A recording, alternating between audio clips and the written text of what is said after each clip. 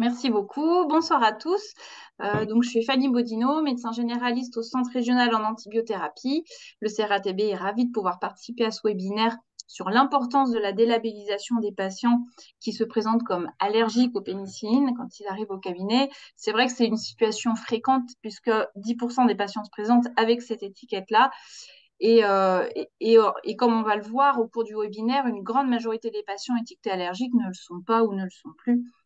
Et c'est vrai que face à ce type de patient en consultation, on est toujours dans la crainte d'une allergie vraie et donc d'une complication potentiellement grave de notre prescription, ce qui conduit bien trop souvent à des prescriptions inappropriées d'antibiotiques à large spectre. Donc, comme l'a dit le docteur Alter-Ferrotin, les conséquences sont individuelles avec une perte de chance pour les patients puisqu'on voit une moindre efficacité des traitements de seconde intention, davantage d'effets indésirables, mais aussi un retard de prise en charge. Les conséquences, elles sont aussi collectives, puisque les prescriptions d'antibiotiques à large spectre favorisent l'émergence des souches bactériennes résistantes. Voilà, donc ce webinaire a toute sa place dans la promotion du bon usage des antibiotiques et de la lutte contre l'antibiorésistance pour lesquelles le CRATB travaille d'arrache-pied. Et je passe la parole à Anne-Laure Destrem. Merci, bonsoir à tous. Je suis Anne-Laure Destrem, infectiologue au CHMS, et je vous remercie aussi pour votre participation à ce webinaire. Donc, ce webinaire a l'originalité d'avoir été conçu conjointement par 2 internes de médecine générale et des médecins seniors référents dans le domaine de l'allergologie. Comme précisé dans les mails d'invitation, ce temps de formation est associé à un travail de thèse, puisque nos 2 internes, Robert Yog et Gauvin Guilleminot, travaillent sur l'amélioration des pratiques à ce sujet. Et j'en profite pour vous remercier d'avoir répondu à leur questionnaire. Comme ça a été dit, le sujet de la délabellisation des patients déclarés allergiques à l'amoxicilline nous a intéressés car il touche directement à la problématique du bon usage des antibiotiques. Et je remercie le CRATB et l'assurance maladie de nous avoir accompagnés dans ce projet. Donc, la durée prévue du webinaire est de 1 heure, avec 3 cas cliniques d'une quinzaine de minutes chacun, suivi d'un temps de questions-réponses en fin de session. Donc, merci de bien garder vos questions pour la fin. Les cas cliniques qui vous seront présentés sont interactifs. Chaque cas vous sera présenté par un binôme de seniors et un interne. Vous verrez que sur certaines diapositives apparaît un item sondage. Lorsque vous voyez cet item, vous pouvez répondre aux questions en temps réel. Vous aurez une quinzaine de secondes pour répondre et les réponses sont bien sûr anonymes. Nous allons donc maintenant rentrer dans le vif du sujet avec le premier cas clinique et je vous souhaite un bon webinaire.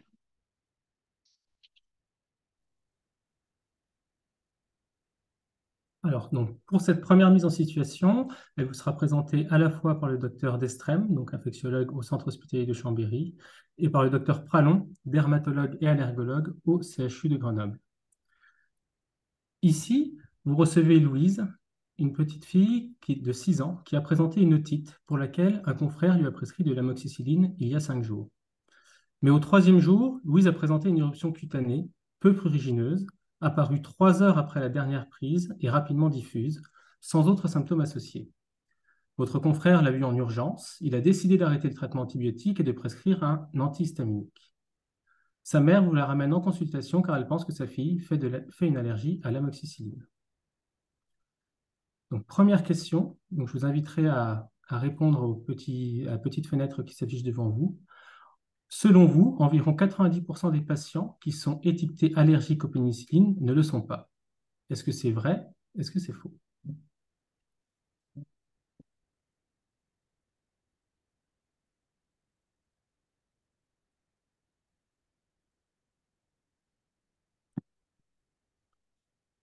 On va passer à la réponse.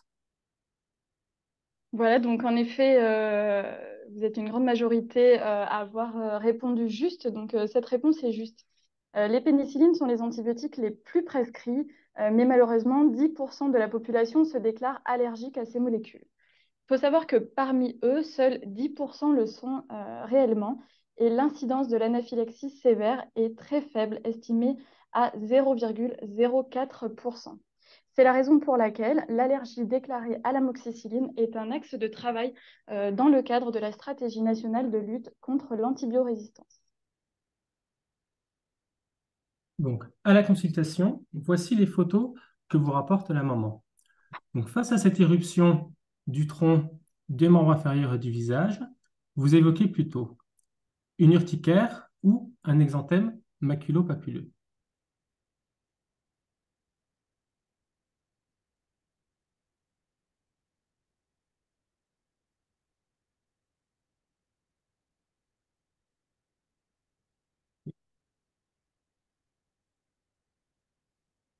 On va passer à la réponse. Alors oui, effectivement, vous êtes une majorité à avoir dit un exanthème maculopapuleux. C'est vrai que sur les photos, c'est pas toujours facile, mais une urticaire, ça vient du mot ortie et ça donne des lésions de type piqûre d'ortie avec ce caractère fugace et migrateur qui est pathognomonique en fait des lésions urticaires. Alors c'est sûr que sur des photos, le caractère fugace et migrateur, c'est pas toujours évident, mais on voit en fait que la lésion, c'est plus un exanthème morbilliforme et pas vraiment des papules d'urticaire, hein. Donc, c'était bien la bonne réponse, exanthème maculopapuleux. Et par ailleurs, l'éruption, elle est fixe et non fugace et migratrice, comme on peut le voir dans l'urticaire. Merci. Et donc, pour rappel, lorsque vous voyez Louise, 10 jours après l'éruption, cette dernière a disparu au bout de 4 jours. On rappelle qu'il s'agit d'un exanthème maculopapuleux qui est apparu à 3 jours du début du traitement par amoxicilline, 3 heures après la dernière prise médicamenteuse et qui a régressé en 4 jours. Devant ce type de réaction, qu'est-ce que l'on peut évoquer? Une hypersensibilité immédiate ou une hypersensibilité retardée?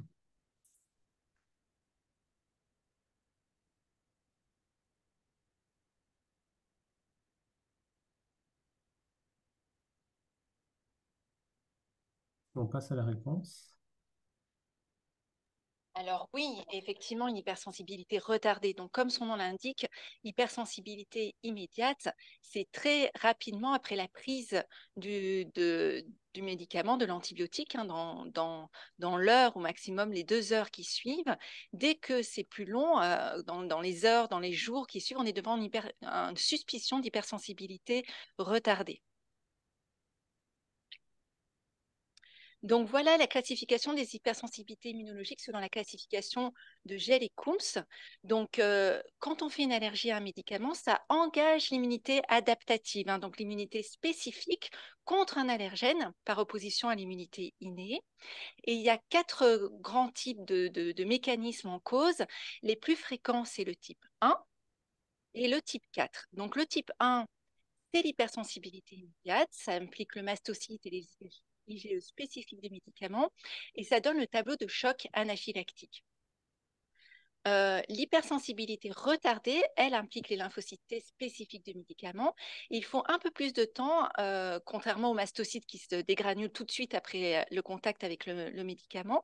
Il faut un peu plus de temps pour les lymphocytes T spécifiques du médicament pour s'activer, proliférer et venir au contact de la peau pour donner une éruption maculopapuleuse. Donc, dans l'hypersensibilité retardée, quand elle est immunoallergique, c'est les mécanismes de type 4 qui sont impliqués. Pour le type 2 et le type 3, c'est des choses beaucoup plus rares, voilà, plus d'experts dont on ne va pas parler aujourd'hui. Alors, pour rappel, dans cette situation où on suspecte une hypersensibilité retardée, quelle est votre attitude? Je n'adresse pas Louise en consultation d'allergologie car il n'y a pas de bilan allergologique à faire à cet âge-là et devant ce tableau clinique. Ou je note dans son carnet de santé qu'elle a présenté une allergie à l'amoxicilline. Est-ce que c'est vrai? Est-ce que c'est faux?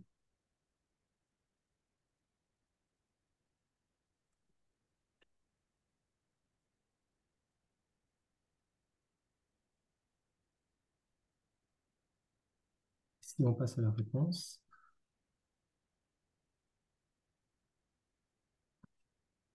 Voilà, donc on voit que les réponses sont plus mitigées. Il faut l'adresser à un allergologue. Pourquoi? Parce que même si c'est une éruption maculopapuleuse de survenue retardée et que si c'est allergique, on évoque une réaction de type 4, la majorité des éruptions retardées apparaissant chez l'enfant ne sont pas des hypersensibilités allergiques. Donc, l'avis d'un allergologue reste primordial pour confirmer ou non l'hypersensibilité.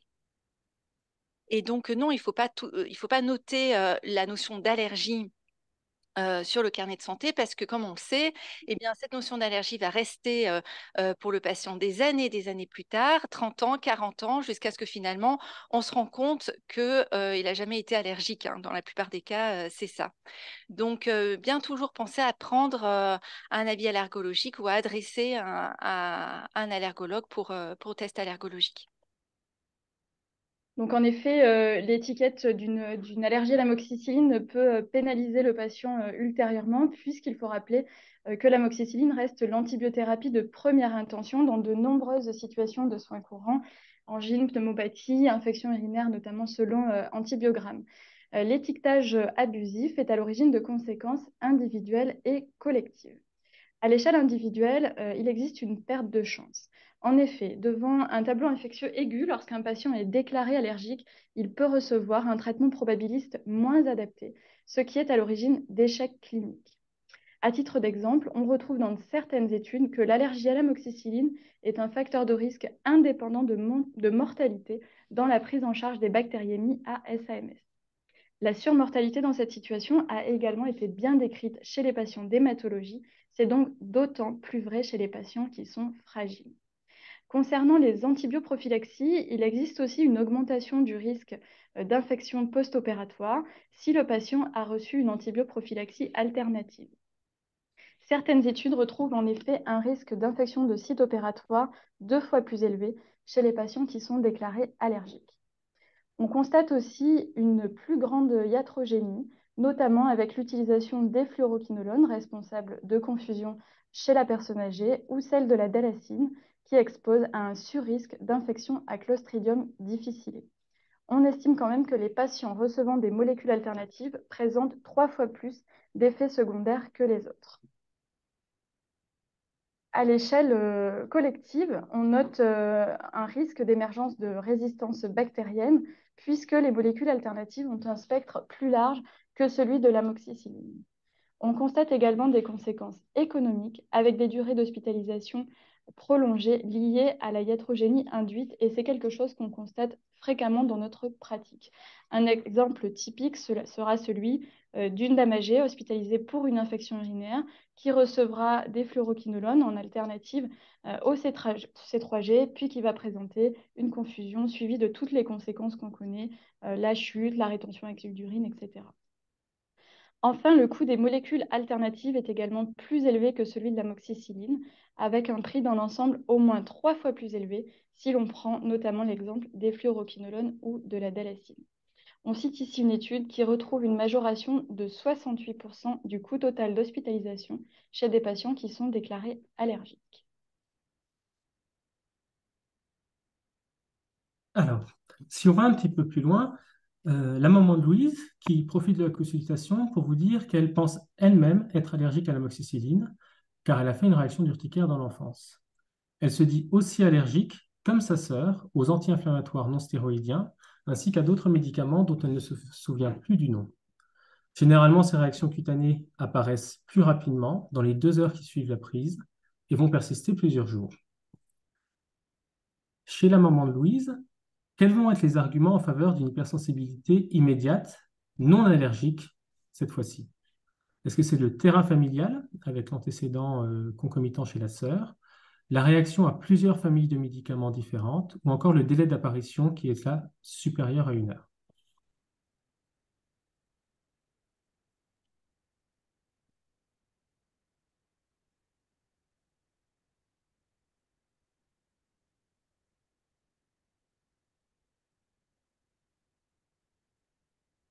On va regarder les réponses.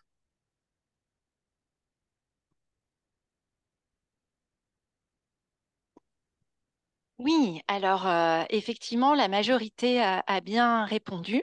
Le terrain familial, les réactions polymédicamenteuses et les délais d'apparition vont être importantes à prendre en compte sur cette différenciation hypersensibilité immédiate, allergique et non allergique, hein, qui est vraiment le nerf de la guerre et vraiment sur lequel repose notre travail d'allergologue et de médecin.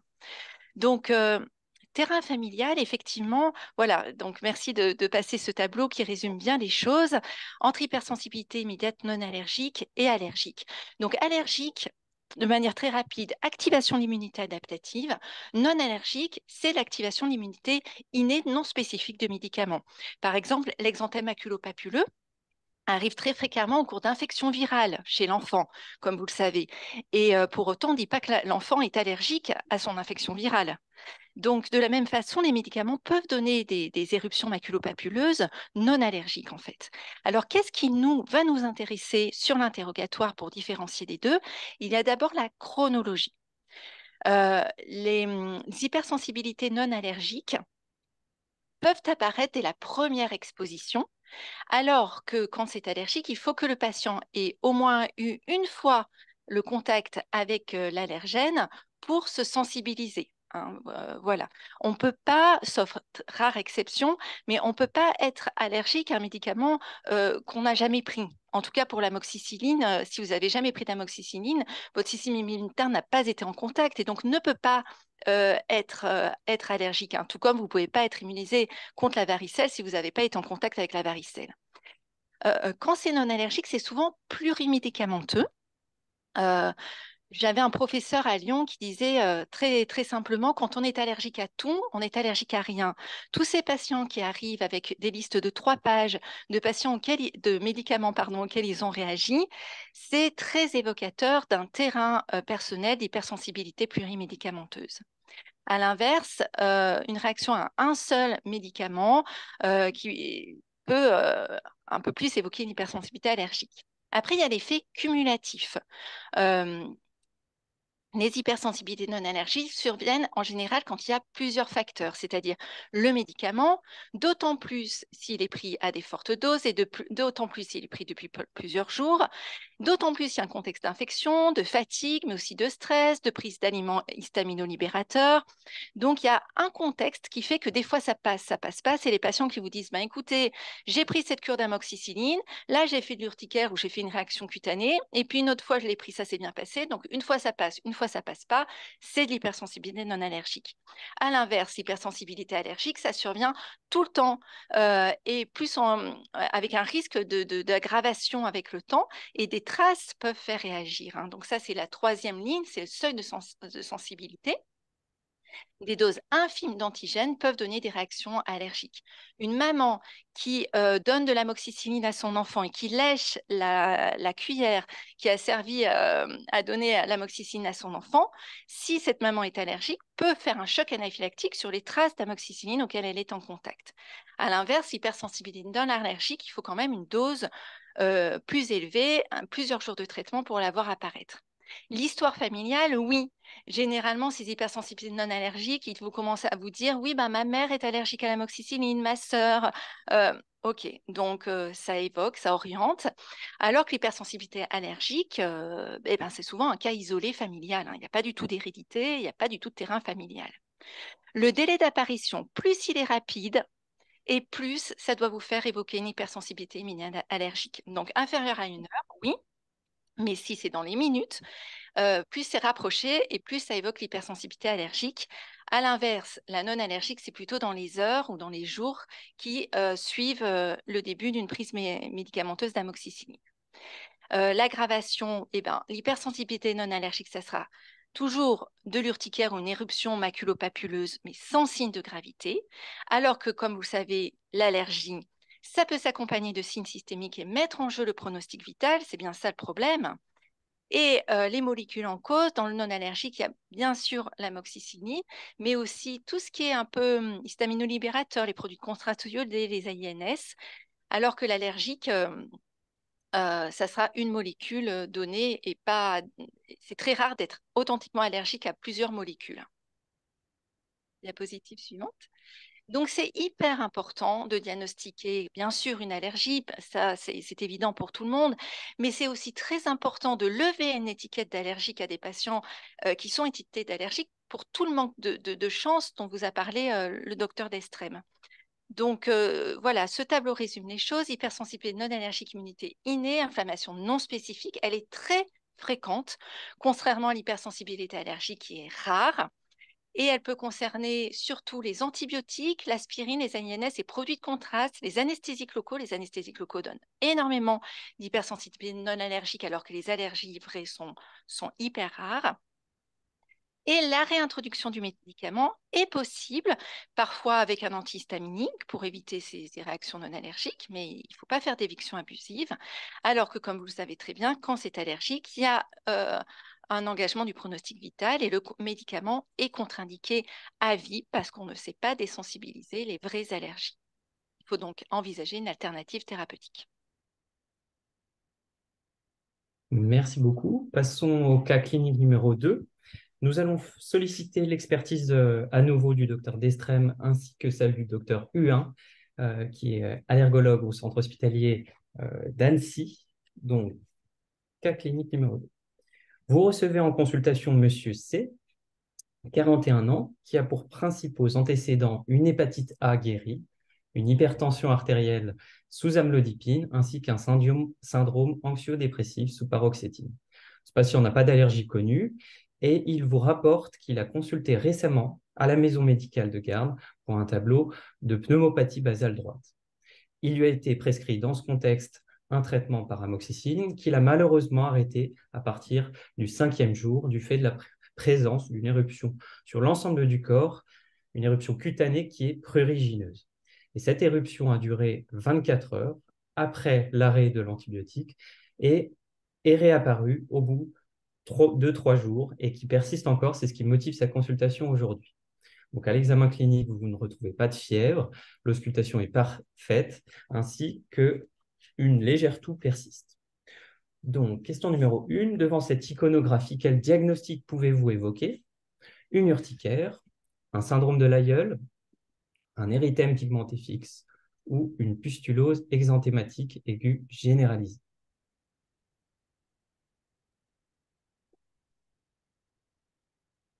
Peut-être qu'on peut afficher les réponses.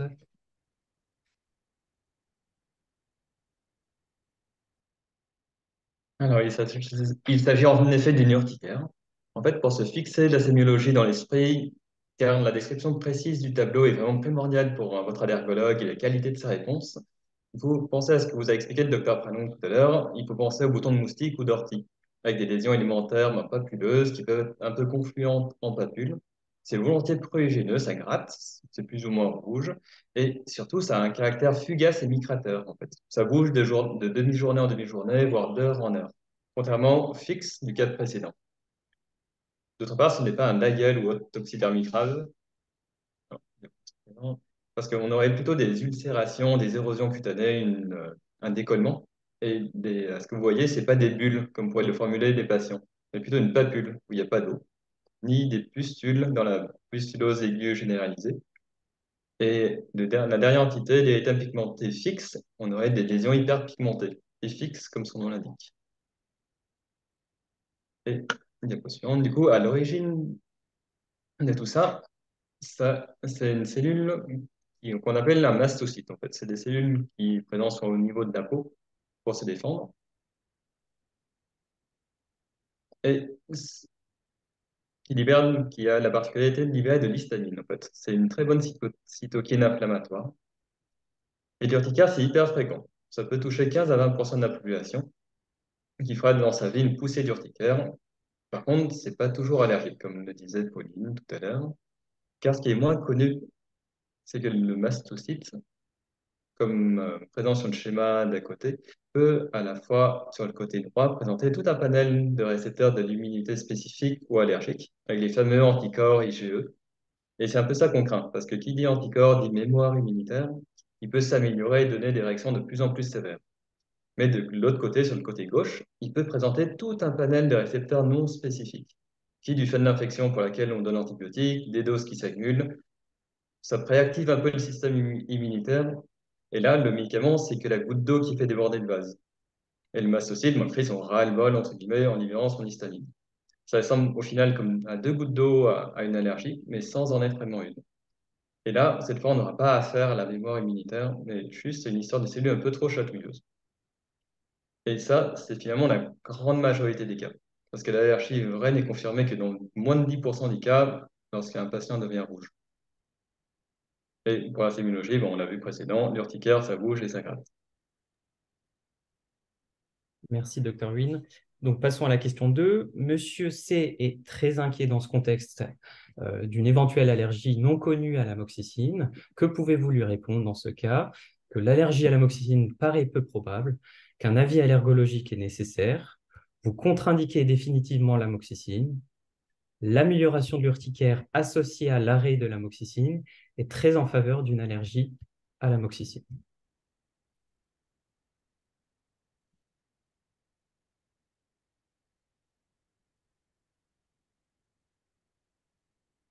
On va peut-être afficher la réponse. Merci.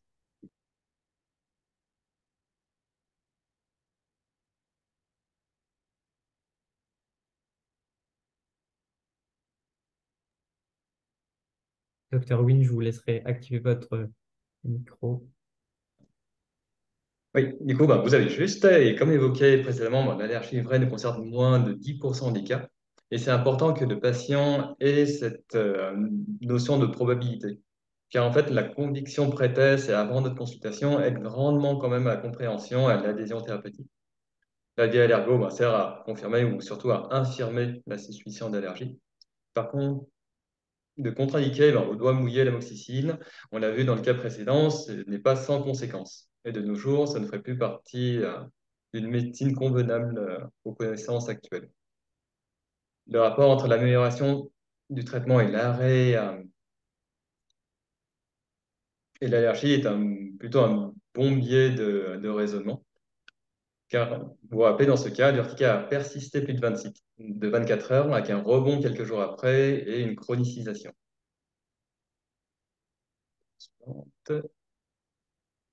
Et là, c'est un algorithme proposé par Reichel. En fait, il s'agit d'un travail un peu prospectif allemand avec comme objectif la délabellisation de leurs patients hospitalisés, avec au final 200 patients inclus, et traités via un algorithme en 5 questions. La première question, elle vise à identifier les patients avec une histoire plutôt d'effets secondaires pharmacologiques plutôt que d'allergie.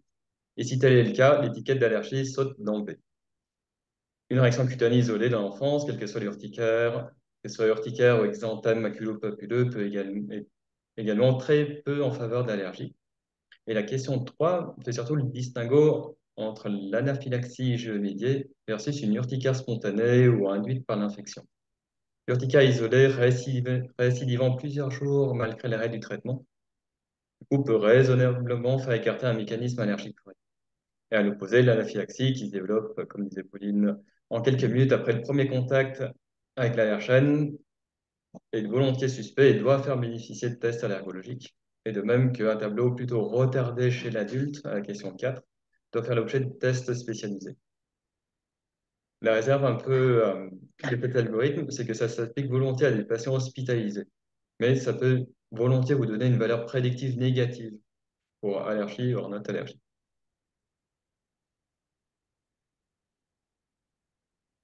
Et là, c'est un autre travail, toujours allemand, de Prokow, qui reprend une revue de la littérature sur les pistes de prise en charge actuelles d'une allergie à l'amoxicilline. Il propose entre autres une stratification des suspicions de patients haut risque, risque intermédiaire, bas risque, et là, en l'occurrence, de pas de risque du tout. En gros, aucune suspicion à avoir d'allergie à la pénicilline, donc pas de test allergologique. Et à noter qu'il reprend du coup les effets digestifs, les symptômes non spécifiques, et surtout des chronologies incompatibles avec un mécanisme immunoallergique, tant pour l'immédiat, avec l'urticaire, que le retardé. Après, également, on ne fait pas de test, juste une histoire clinique familiale. Question bonus. Donc, vous avez également la compagne de Monsieur C qui est présente lors de la consultation, qui a 39 ans, et elle vous rapporte qu'elle a présenté exactement le même type d'éruption durant son enfance, à savoir l'urticaire, et qui n'a pas récidivé depuis. Ça n'avait pas entraîné de traitement spécifique. Ainsi, sur les conseils de votre collègue, vous complétez l'interrogatoire grâce à ce score qui vous a fait passer. Donc, il s'agit du PENFAST, donc PEN pour un antécédent d'allergie à la pénicilline rapporté par le patient, F pour 5, c'est-à-dire 5 ans pour le cut-off, A pour anaphylaxie ou angioedème, S pour réaction cutanée sévère. Et enfin, le T, il s'agit du traitement. Est-ce que cette réaction a nécessité un traitement particulier? Donc, dans cette situation, pour Madame C, vous avez une éruption qui date de plus de 5 ans, qui n'a pas de critères de sévérité et qui n'a pas nécessité de traitement spécifique. Vous établissez donc un score de PENFAST à 0 sur 5. Et donc, devant ce score de PENFAST établi brillamment à 0 sur 5, vous pouvez estimer un risque d'allergie à la pénicilline à, selon vous, moins de 1%, 5%, 10% ou alors 15%.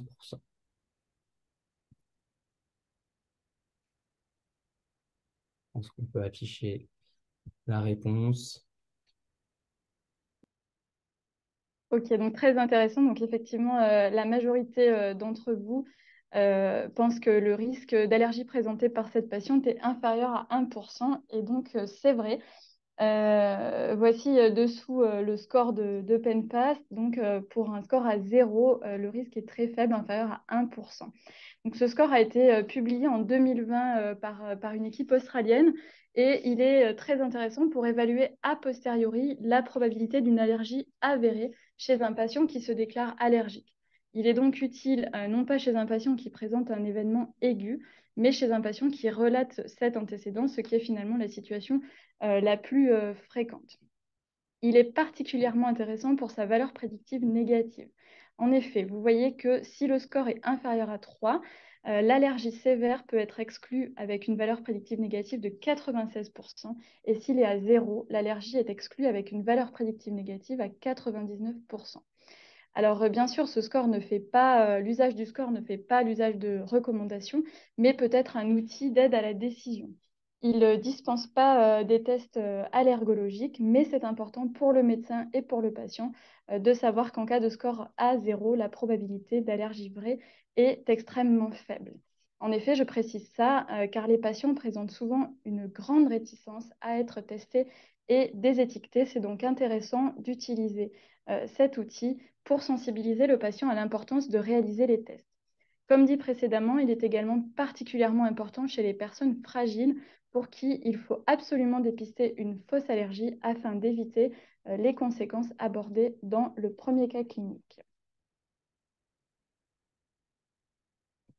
Diapositive suivante. Alors, avant de passer au dernier cas clinique et pour conclure les 2 premiers cas cliniques, nous vous proposons 2 diapositives de synthèse sur la stratification du risque et la délabellisation, avec d'une part la présentation d'un algorithme d'aide à la prise en charge chez l'adulte et d'autre part la présentation des recommandations de la Société d'allergologie pour les enfants et à destination des allergologues.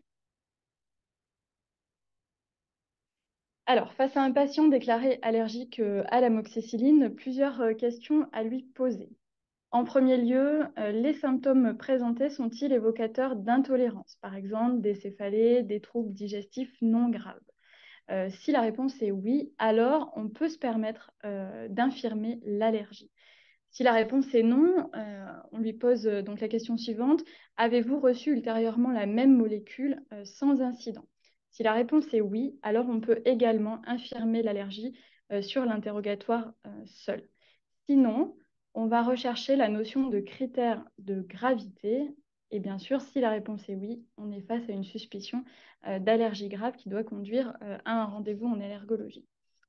Si la réponse est non à toutes ces questions, alors on va se poser la question du délai d'apparition des signes cutanés. Si le délai est inférieur à 1 heure, alors l'histoire est fortement évocatrice d'une hypersensibilité immédiate et on recherchera alors la notion de prurite qui, elle, sera très évocatrice d'urticaire. En l'absence de prurite, la réaction allergique paraît peu probable.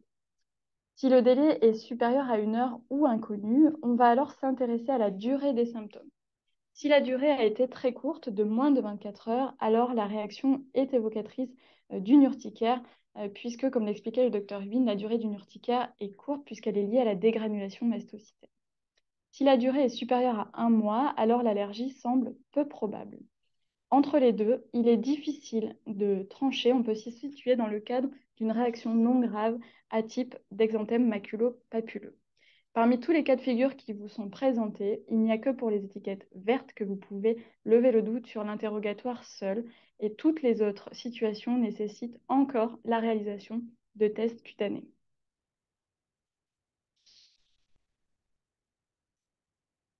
Et du coup, un dernier algorithme pour l'enfant à présent qui est encore un peu plus simple, car vous l'avez vu, chez l'enfant, comme le système immunitaire est moins mature, le risque allergique est encore moins présent que chez l'adulte.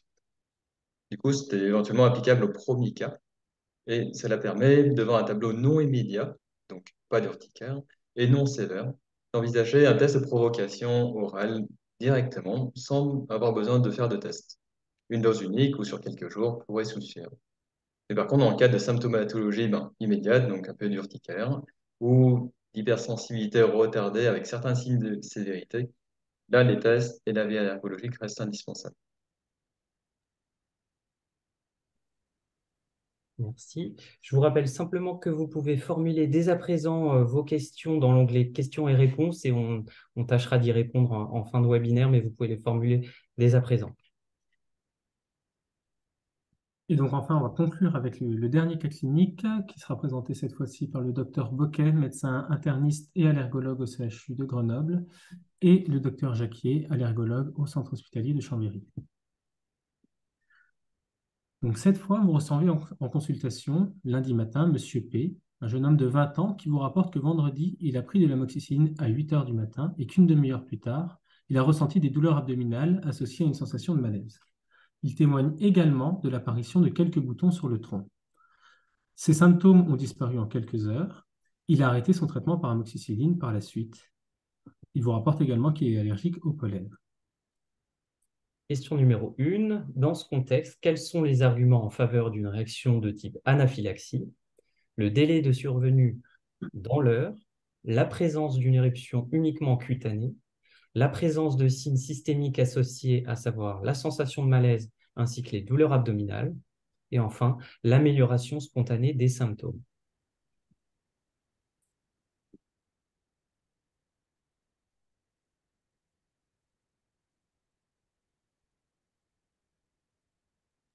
Donc, effectivement, les réponses sont tout à fait justes et intéressantes, hein. Par définition, hein, je commencerai par rappeler que l'anaphylaxie est une forme grave d'allergie.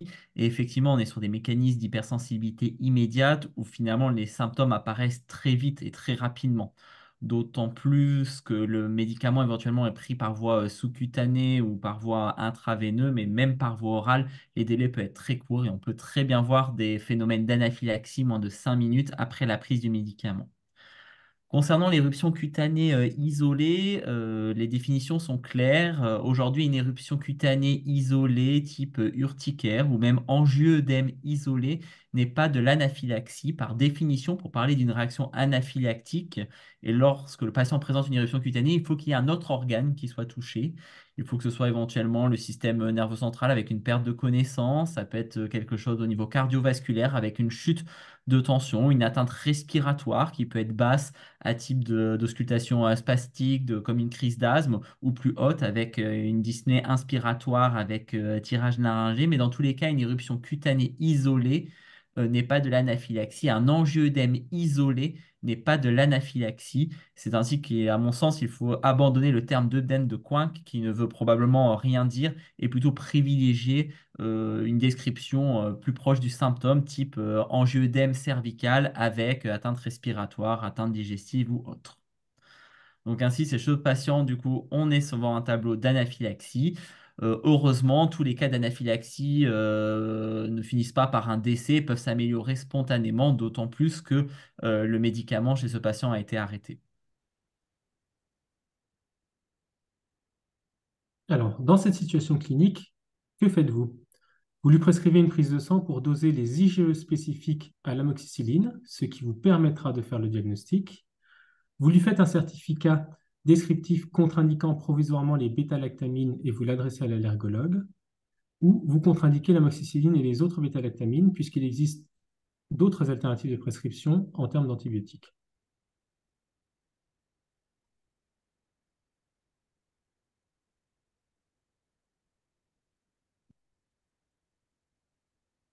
On peut afficher la réponse.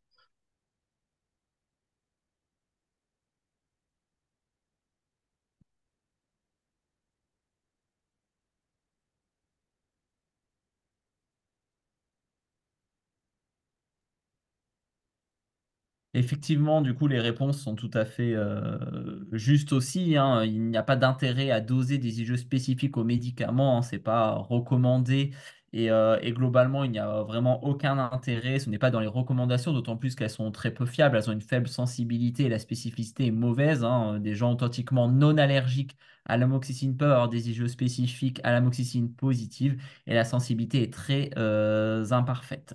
Néanmoins, devant la réaction sévère qu'a présentée le patient, il faut effectivement contre-indiquer provisoirement les bêta-lactamines et l'adresser à un allergologue parce que toute réexposition à une bêta-lactamine, en tout cas au minimum à l'amoxicilline, peut entraîner un choc anaphylactique et menacer le pronostic vital par arrêt cardiaque. Par contre, effectivement, globalement, ce certificat ne doit pas comporter la notion d'allergie vraie, même si l'allergie vraie est probable, parce qu'il sera nécessaire d'effectuer des explorations allergologiques par un allergologue qui permettra de déterminer le profil d'allergie, notamment le profil d'allergie croisée. Donc, Monsieur P est inquiet de la consultation d'allergologie à venir. Vous lui dites que les tests sont absolument les mêmes qu'il a reçus pour les pollens, qu'il ne faut pas prendre d'antihistaminique dans la semaine qui précède les tests, que le délai de réponse est rapide, et enfin que les tests ne seront pas forcément faits dès la première consultation.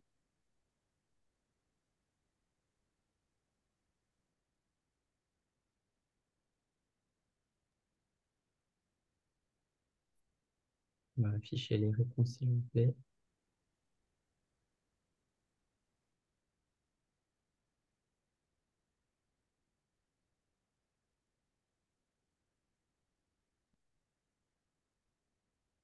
Oui, les tests cutanés pour explorer une polynose reposent sur la pratique des prick tests.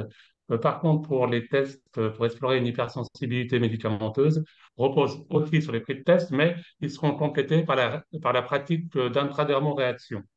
Ces tests cutanés en plus seront complétés par des tests de réintroduction aux médicaments en milieu hospitalier, ce qui permet de comprendre que le délai de réponse pour statuer sur l'existence ou non d'une allergie est long.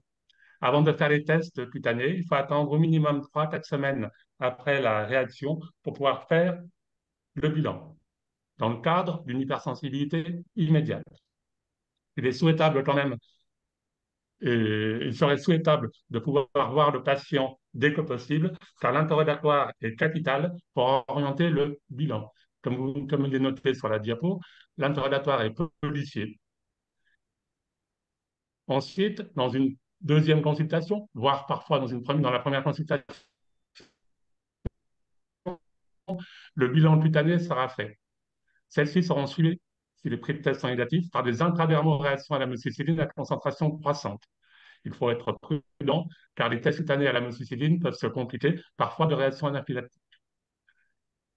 Une fois que ces tests cutanés ont été faits, et s'ils sont négatifs, on, on pourra faire un test de réintroduction sous surveillance hospitalière, ou si les tests ont été positifs, on complétera le bilan par des tests à d'autres bêta-lactamines, afin de pouvoir proposer une alternative aux patients. On rappelle qu'il ne faut pas d'antihistaminique une semaine avant et que le dosage des IgE spécifiques a peu de valeur. Diapositive suivante. Alors, les tests en pratique. On les fait à la face antérieure de l'avant-bras. Les allergènes sont posés donc à la face antérieure de l'avant-bras. On fait pénétrer l'allergène en utilisant des lancettes. On fait la lecture à 20 minutes et le test sera positif si la papule a une certaine taille. On n'oubliera pas de faire aussi les témoins de réactivité cutanée, les tests à l'histamine et avec le témoin négatif. Diapositive suivante. Diapositive suivante. Les intradermoréactions en pratique, on injecte donc de l'amoxicilline dans le derme avec une aiguille intradermique. Diapositive d'avant. La lecture sera faite à 20 minutes en cas d'hypersensibilité allergique immédiate et à 72 heures en cas d'hypersensibilité allergique retardée. Les critères de positivité seront différents pour les réactions immédiates et retardées. Les intradermoréactions, donc, permettent d'explorer les hypersensibilités immédiates et retardées. Diapositive suivante.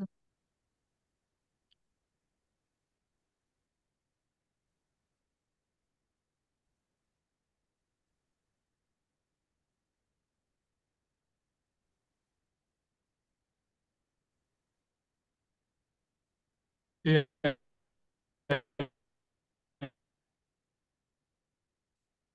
le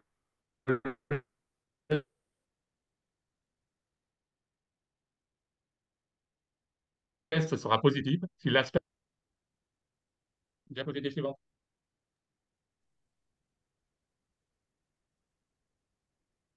Bon, peut-être qu'on a eu un petit souci de connexion avec Jean-Pierre. On va continuer sur la dernière question, la question 4. Enfin, vous finissez de discuter de l'histoire clinique de Monsieur P avec votre collègue de travail qui lui évoque un risque de probable réaction croisée aux autres antibiotiques. En effet, selon vous, ce risque de réaction croisée, l'allergie à l'amoxicilline contre-indique définitivement l'usage de toutes les autres bêta-lactamines. Les céphalosporines sont une alternative fiable, quelle qu'en soit leur classe. Et enfin, le taux de réaction croisée entre l'amoxicilline et les C3G comme la ceftriaxone est estimé à moins de 2%. Est-ce qu'on répondra à la question?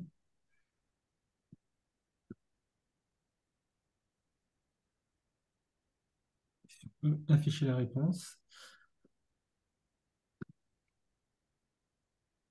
Effectivement, donc je me permets de répondre à la question et puis je répondrai également aussi aux questions qui étaient posées en Q&R qui sont en rapport avec ça, avec cette histoire d'allergie croisée. Effectivement, l'allergie à l'amoxicilline ne contre-indique pas toutes les bêta-lactamines car souvent, dans la majorité des cas, les patients ne sont pas allergiques à l'ensemble des bêta-lactamines, mais bien sûr à des molécules dont la structure est assez proche. Ainsi, effectivement, le taux de réaction croisée entre amoxicilline et céphalosporine de troisième génération est estimé à moins de 2%. Et c'est vraiment la structure de la céphalosporine qui va pouvoir déterminer aussi ce risque de réaction croisée. Donc, c'est là aussi l'intérêt du bilan allergologique, c'est-à-dire que le bilan allergologique, c'est un patient, comme on a pu voir dans le cas clinique, qui est très fort, qui est allergique à un coup sûr. Bah, le bilan allergologique va permettre de dire à la fin, bah, voilà, vous êtes allergique au patient, vous êtes allergique à telle molécule et vous n'êtes pas allergique à telle autre molécule parce qu'on aura pu faire des tests et des réintroductions derrière. Donc, c'est très, très important de l'envoyer chez l'ergologue pour déterminer ce profil de sensibilité croisée, tout en sachant que la probabilité d'allergie croisée reste faible, même chez des gens qui sont authentiquement allergiques. Sur ce, du coup, on peut répondre aussi chez quelqu'un dont la probabilité finalement d'être allergique à l'amoxicilline est faible, la probabilité d'être allergique à une céphalosporine est encore beaucoup, beaucoup plus faible. D'où l'intérêt finalement chez des patients chez qui l'histoire n'est pas compatible, parfois et dans certains contextes, de pour prescrire d'emblée des céphalosporines ou des carbapénem dans des situations où la nécessité d'antibiotiques est impérieuse.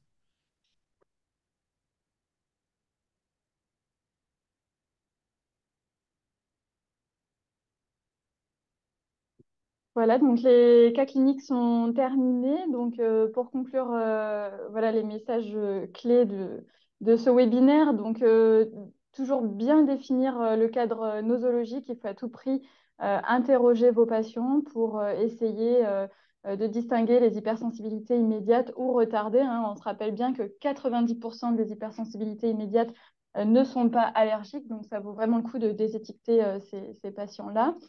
Bien rechercher à l'interrogatoire des arguments en faveur d'une étiologie non allergique, hein, puisqu'on rappelle que 90% des patients qui se déclarent allergiques ne le sont pas. Donc, ce qui peut nous orienter vers une histoire non allergique, on l'a dit, c'est la notion d'intolérance, un délai ou une durée qui sont incompatibles avec une réaction allergique et les fameuses urticaires persistantes ou récidivantes. N'hésitez pas à vous aider des outils d'aide à la délabellisation qui existent, notamment le score de PenFast, hein, qui permet d'estimer le risque d'allergie vraie. Comme je le disais, il est utile pour vous et pour vos patients, et l'algorithme de Reichel.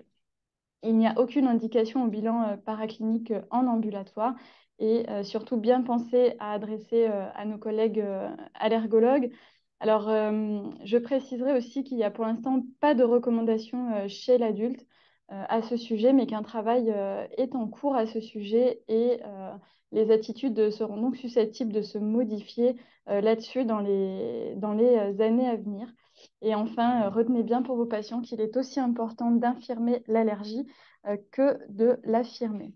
Je vais laisser la parole à mes collègues allergologues qui vont rapidement vous redire comment les solliciter selon leur centre avant de passer à la séance de questions-réponses.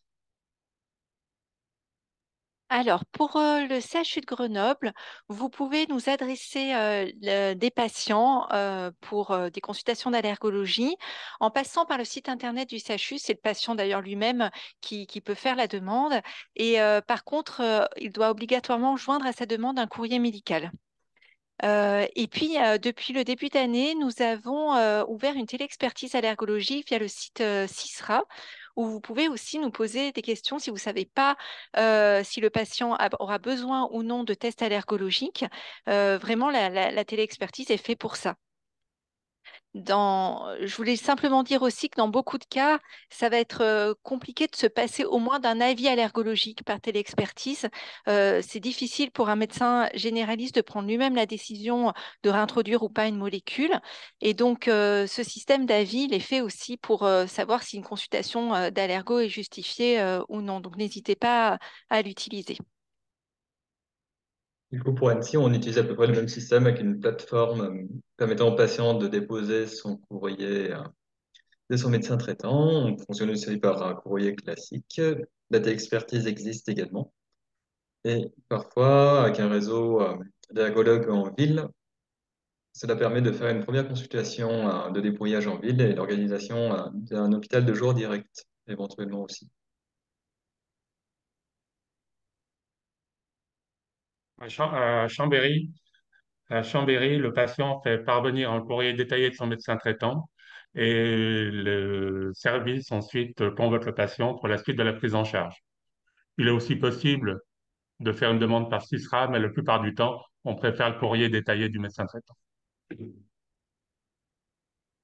Je préciserai juste avant qu'on passe aux questions-réponses qu'à Chambéry, on essaie de faire des tests au lit du patient chez nos patients hospitalisés.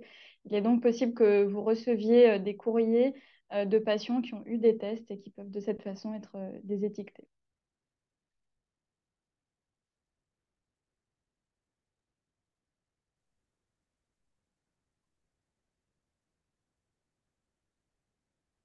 Donc bonsoir, docteur L'Esprit, CRATB. On va passer aux questions-réponses. On en a un certain nombre.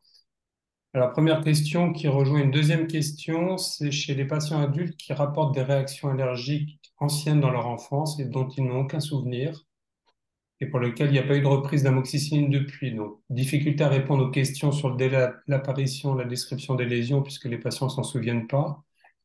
Est-ce qu'il faut les adresser en consultation d'allergologie et un petit commentaire sur les délais, le manque d'allergologues qui risque de coincer les médecins généralistes? Voilà, c'est une question qui revient régulièrement, donc je pense qu'elle est importante et je ne sais pas parmi les allergologues lequel ou laquelle veut répondre. Eh bien, écoutez, je vais répondre.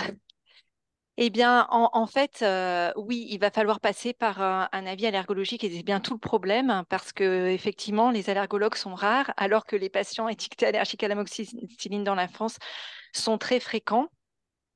C'est un vrai problème hein, parce que c'est vrai qu'on ne peut pas faire face à toutes les demandes, que bien souvent c'est l'hypersensibilité non allergique dans l'enfance, mais qu'il y a quand même des cas d'allergie dont il ne faut pas qu'on passe à côté. Et donc, les tests allergologiques sont nécessaires.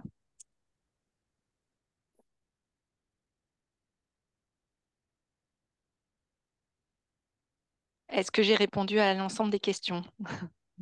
Eh bien, je pense que oui. On va voir s'il y en a d'autres qui reviennent sur le même sujet. On pose la question sur un enfant qui ferait une réaction à type urticaire dans un délai de 30 minutes après une première prise d'amoxicilline. Là, c'est précis la question. Faut-il orienter ce patient, enfin cet enfant, plutôt vers une consultation d'allergologie?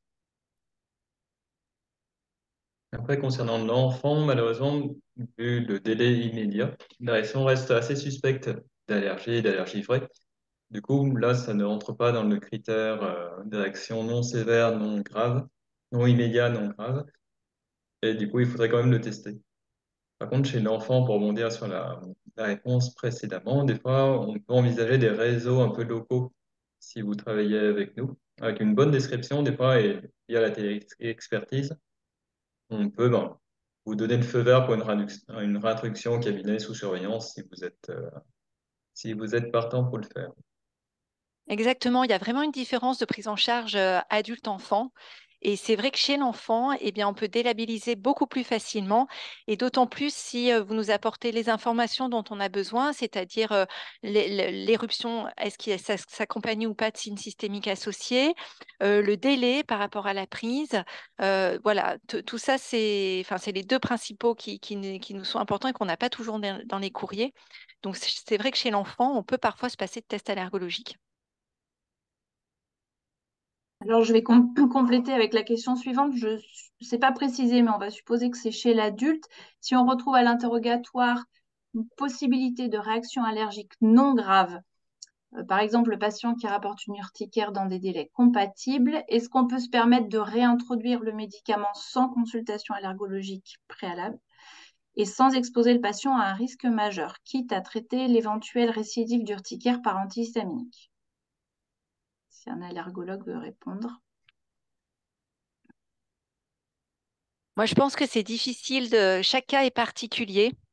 Et dans ces cas-là, prenez pas la décision tout seul. Utilisez au moins les services de téléexpertise pour pouvoir répondre. Merci. La question suivante, est-ce qu'il y a un intérêt de voir un allergo de ville, zut, je l'ai perdu, pour une suspicion d'allergie à l'amoxicilline si les prix de test négatifs ne suffisent pas à l'infirmer? Encore une fois, en fait, ça va dépendre beaucoup du réseau local, parce que nos collègues de ville, certains vont assez volontiers faire des tests ou des avis, en tout cas médicamenteux, et d'autres vont pas du tout aimer, ils ne le feront pas. Ou, à vous de vous renseigner un peu autour de vous pour réseauter. Merci. Alors, deux questions qui se rejoignent, c'est des populations un peu particulières. Est-ce qu'on peut faire des tests chez la femme enceinte? Et dans le même ordre d'idée, à quel âge peut-on commencer à tester les enfants? Donc, question femme enceinte et question à quel âge pour les enfants pour les tests? Alors, je veux bien répondre.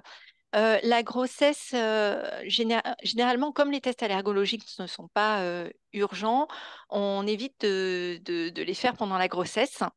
Il y a deux exceptions à ça. C'est la suspicion d'allergie aux anesthésiques pour que la patiente puisse bénéficier d'une péridurale. C'est une exception où on peut faire les tests pendant la grossesse. Et comme vous le savez, les allergies vraies aux anesthésiques locaux étant très rares, c'est important de lever cette contre-indication chez une femme enceinte. Et l'autre cas, l'exception, c'est une femme enceinte qui aurait la syphilis et qui aurait besoin d'un traitement par extensiline. Donc là, c'est une indication à tester pendant la grossesse, en fait. En dehors de ces deux exceptions, on ne fait pas de test chez la femme enceinte. Et chez l'enfant, il n'y a pas vraiment d'âge minimal, hein. On peut tester très tôt. Alors, en général, on ne fait pas trop d'IDR chez l'enfant, on fait plutôt des patch tests. Voilà. Et les allergies vraies chez l'enfant très jeune sont quand même hyper rares, hein. Voilà. Toujours pour l'enfant, une question sur les prix de test. Est-ce qu'il est possible de les faire chez l'enfant et à partir de quel âge? On peut les faire chez l'enfant, voilà, juste après la naissance, hein. Il n'y a pas de... à partir du moment où il a fait une réaction suspecte d'allergie, on peut faire des prick tests. Merci. Il y a des questions évidemment sur les allergies croisées. Alors, il y en avait une, allergie croisée amoxicilline, pivmécillinam. Dans le même ordre d'idée, quelqu'un qui a fait une allergie au cefpodoxime, est-ce qu'on peut lui mettre de l'amoxicilline ou est-ce qu'il faut faire un test allergologique? Donc, peut-être revenir un peu sur le problème des allergies croisées si on a encore un peu le temps. Je vais me permettre de répondre. Du coup, effectivement, les allergies croisées peuvent être assez rares, notamment quand on parle de céphalosporine et de pénicilline. Tout dépendra globalement de la réaction suspecte d'allergie.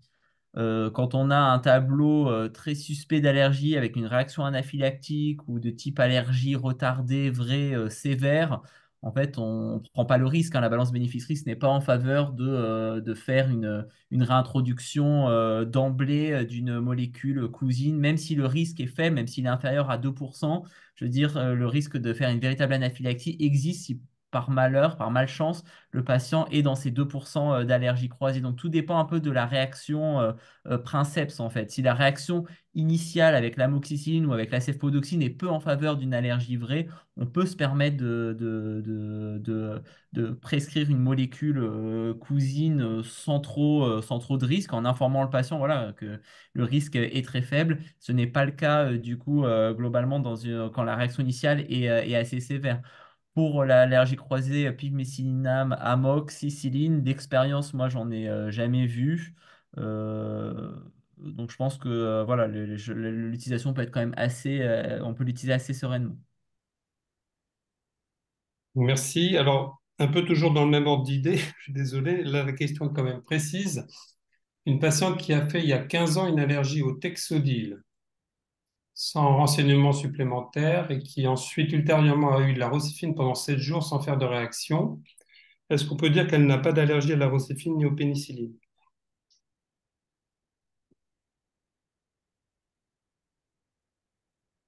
Peut-être qu'il faudrait juste qu'on m'informe le Texodil, parce que du coup, c'est vrai que c'est pas des choses Et qu'on a céphalosporine orale. l'encéphalosporine orale. Ce qui est sûr, c'est qu'on peut certifier avec certitude qu'elle n'est pas allergique à la ceftriaxone,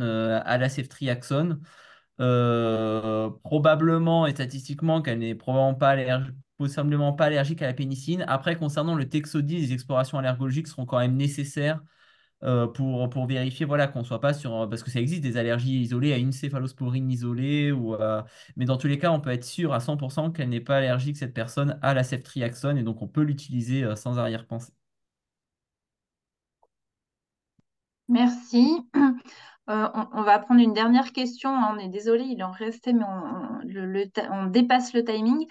Dans les hypersensibilités retardées, c'est une question assez pratique. Est-ce qu'on peut du coup envisager la poursuite ou la reprise d'un autre traitement type amoxicilline associé à une couverture par anti-H1? Eh bien, en fait, il va falloir distinguer si c'est une hypersensibilité retardée allergique ou non allergique. Si elle est allergique, vous aurez beau mettre tous les antihistaminiques de la Terre, ça va absolument rien changer. Votre patient va faire l'exanthème maculopapuleux. À l'inverse, si c'est non allergique, les antihistaminiques aident énormément et donc la réintroduction est possible sous couverture antihistamique. Donc, en fait, la reprise sous antihistaminique n'est possible que quand c'est l'hypersensibilité non allergique. Voilà.